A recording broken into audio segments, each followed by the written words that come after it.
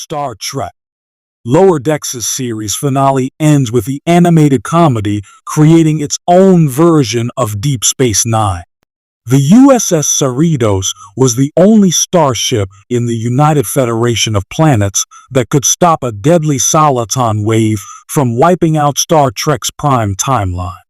In the end, a new stable portal to infinite quantum realities was opened, and only one starbase could guard this wormhole to the multiverse.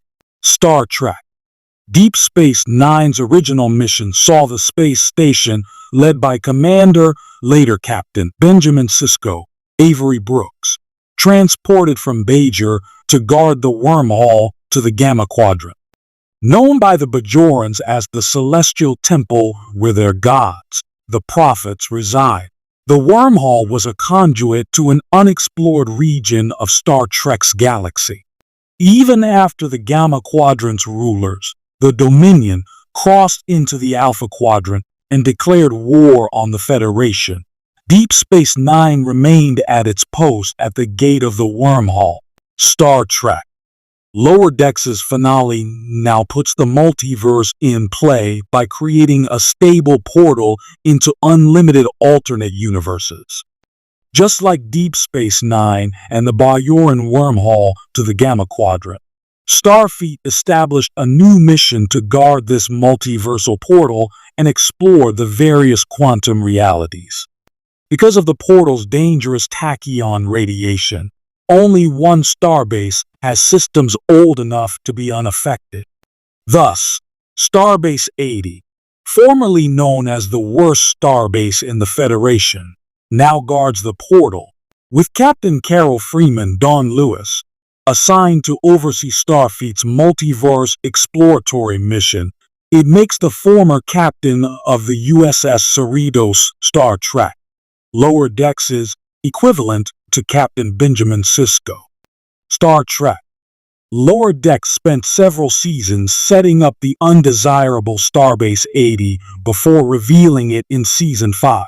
But the animated comedy's endgame was always to give Star Trek Lower Decks its own version of Deep Space Nine, just as the Cerritos inherits the mantle of Star Trek. The next generation's USS Enterprise D&E, Star Trek Deep Space Nine leveled up with the introduction of the USS Defiant in Season 3, which created new story opportunities and lined up DS9 with the other Starship-based Star Trek series. It's no coincidence that to go with Starbase 80 as its version of Deep Space Nine, Star Trek Lower Decks Season 5, Episode 9, Fisher Quest, introduced the Anaximander, a Defiant-class starship led by Captain William Boimler, Jack Quaid. The Anaximander completes Star Trek Lower Decks' revamp of Deep Space Nine's concept and mission. It's also fitting alternate reality versions of Star Trek Deep Space Nine's Dr. Julian Bashir, Alexander Siddig, and Elam Garak, Andrew Robinson, are part of the Anaximander's crew and are a couple.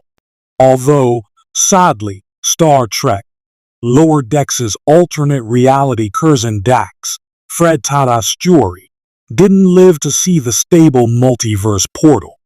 As the USS Cerritos, with its new command structure, warps into new voyages, Star Trek Lower Decks also ends with its own Deep Space Nine, and hopefully, we will see what became of Starbase 80's mission someday.